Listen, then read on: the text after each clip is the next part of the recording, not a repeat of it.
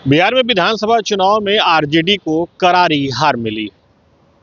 RJD को सीमांचल जैसे इलाके में तेज झटका लगा था। सीमांचल में एआईएमआईएम ने अपने दावे के अनुरूप प्रदर्शन भी किया। बड़ी संख्या में अल्पसंख्यक वोटर उसकी तरफ मूव भी किए। अल्पसंख्यक वोटरों ने झटका दिया। नतीजा ये हुआ कि आरजेडी के वोट बैंक पर सीधा सीधा असर पड़ा। अब इसी वोट बैंक को साधने के लिए आरजेडी बड़ी पहल करने जा रही है। आरजेडी 7 फरवरी से अपने एक अभियान को लॉन्च कर रही है।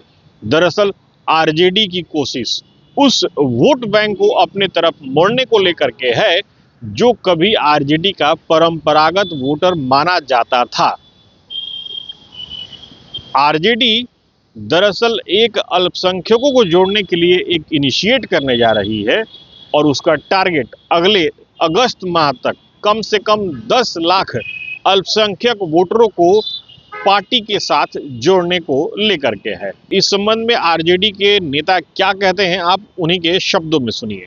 हर साल की तरह इस साल भी हमारे अल्पसंख्यक प्रकोष्ठ का राष्ट्रीय स्तर पर और प्रदेश के स्तर पर, राज्य स्तरीय स्तर पर हमारी समीक्षा बैठक हुई और हम राष्ट्रीय जनता दल के प्रवक्ता होने के नाते हमेशा से कहते हैं कि जो ध्रुवीकरण की राजनीति है, जो जज्बाती स्पीचेस जो दिए जाते हैं, चाहे वो भारतीय जनता पार्टी की तरफ से हो या फिर और लोगों की तरफ से हो, जो लोगों को भड़काने की कोशिश करते हैं, आज के जनमानस के मुद्दे को, समाज की सेवा को धर्म से जोड़ते हैं, ऐसे लोगों से आपको बचना है।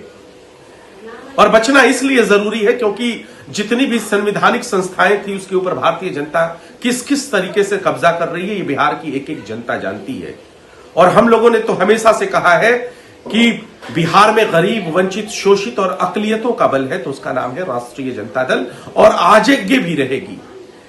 हमेशा से यही हमारे विचार हैं और उन विचारों के ऊपर राष्ट्रीय जनता दल चलेगी, यानी कि गरीब, वंचित, शोषित, कमजोर और अकलियतों का बल राष्ट्रीय जनता दल। तो आपने सुना आरजेडी के नेता इस यूनिक अभियान के बारे में क्या कर रहे हैं। हालांकि वो एआईएमआईएम का सीधे तौर पर नाम नहीं ले रहे हैं, लेकिन इशारा उनका उस पार्टी की तरफ ही है।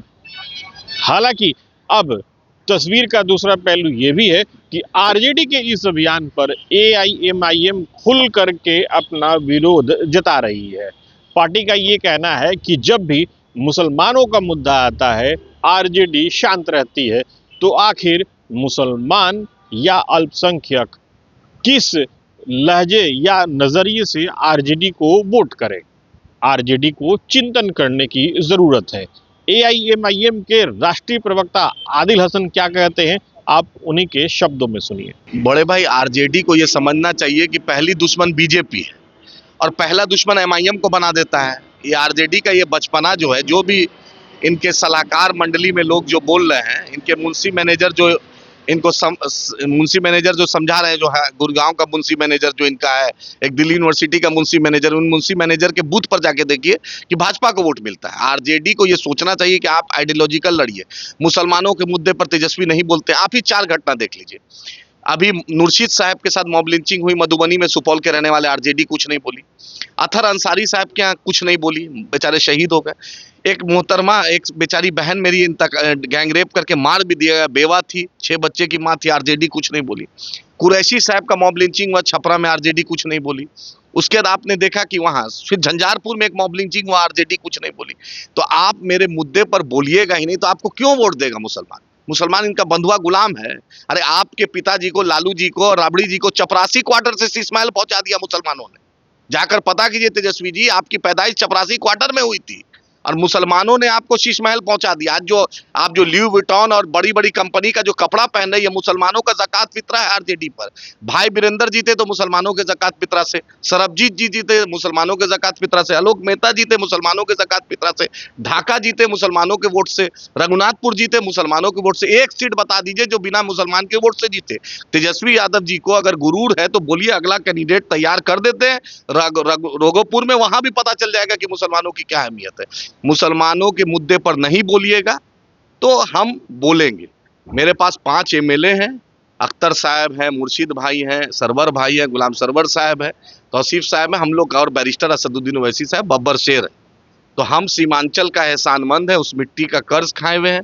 सीमांचल ही नहीं, पूरे बिहार के मुसलमानों के, दलितों के, मजलूमों की एक आवाज़ एमआईएम है और वो आवाज़ एमआईएम उठाएगी।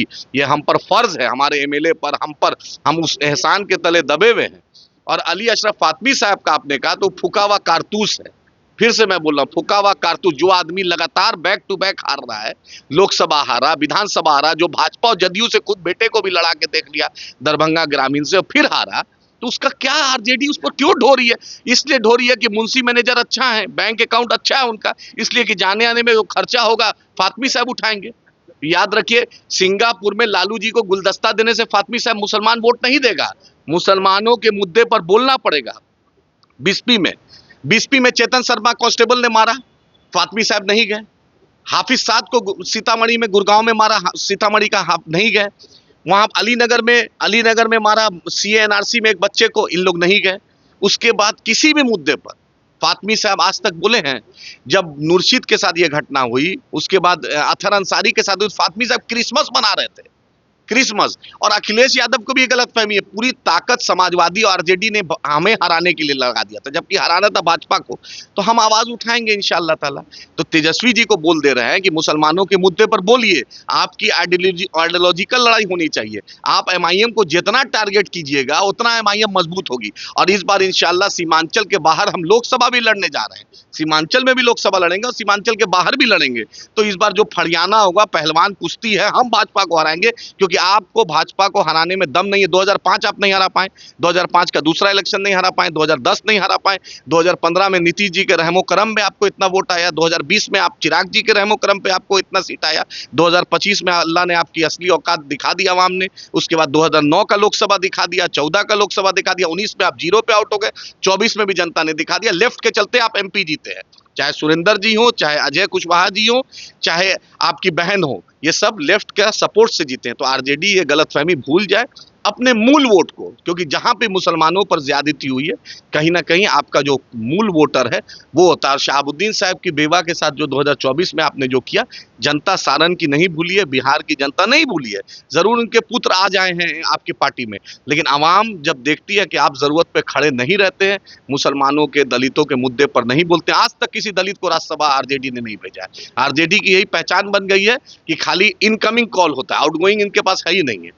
तो उसका जवाब एमआईएम देगी इंशाअल्लाह ताला। भाजपा को भी हराएंगे और इनका भी इलाज करेंगे। तो आपने सुना किस तरीके से आरजेडी के बयान पर एआईएमआईएम पलटवार कर रही है।